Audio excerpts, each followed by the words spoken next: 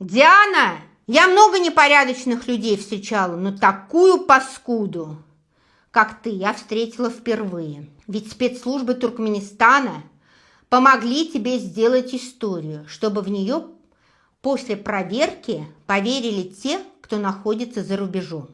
И, кстати, ты в эфир, когда в следующий раз пойдешь, смой макияж, чтобы все увидели твое настоящее лицо без килограмма косметики. Синяки свои под глазами покажи, которые появились то ли от курения, то ли от алкоголя, то ли от употребления запрещенных антидепрессантов, которые тебе врачи не выписывали, то ли от всего вместе. Ты на 11 лет младше меня, а выглядишь как будто на 11 лет старше. И сестре Лале своей скажи, что на заседаниях ОБСЕ не принято одевать ультра-мини-юбки, особенно когда ты уже все-таки достаточно взрослая женщина. Это считается верхом неприличия.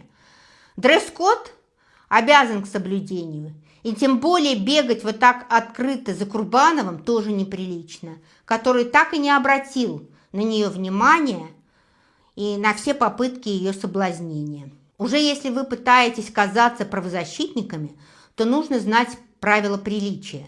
Вы не на секс-вечеринку прибыли, а на официальное мероприятие. Хотя для того, чтобы разогнать толпу мужиков, чтобы бежали от страха вас обоих, можно смело вас выпускать. И полицию вызывать даже не потребуется. Все и так разбегутся, как от чумы.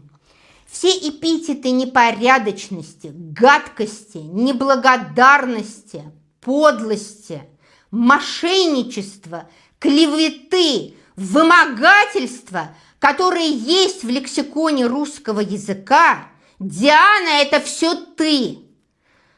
А точнее, недолюди.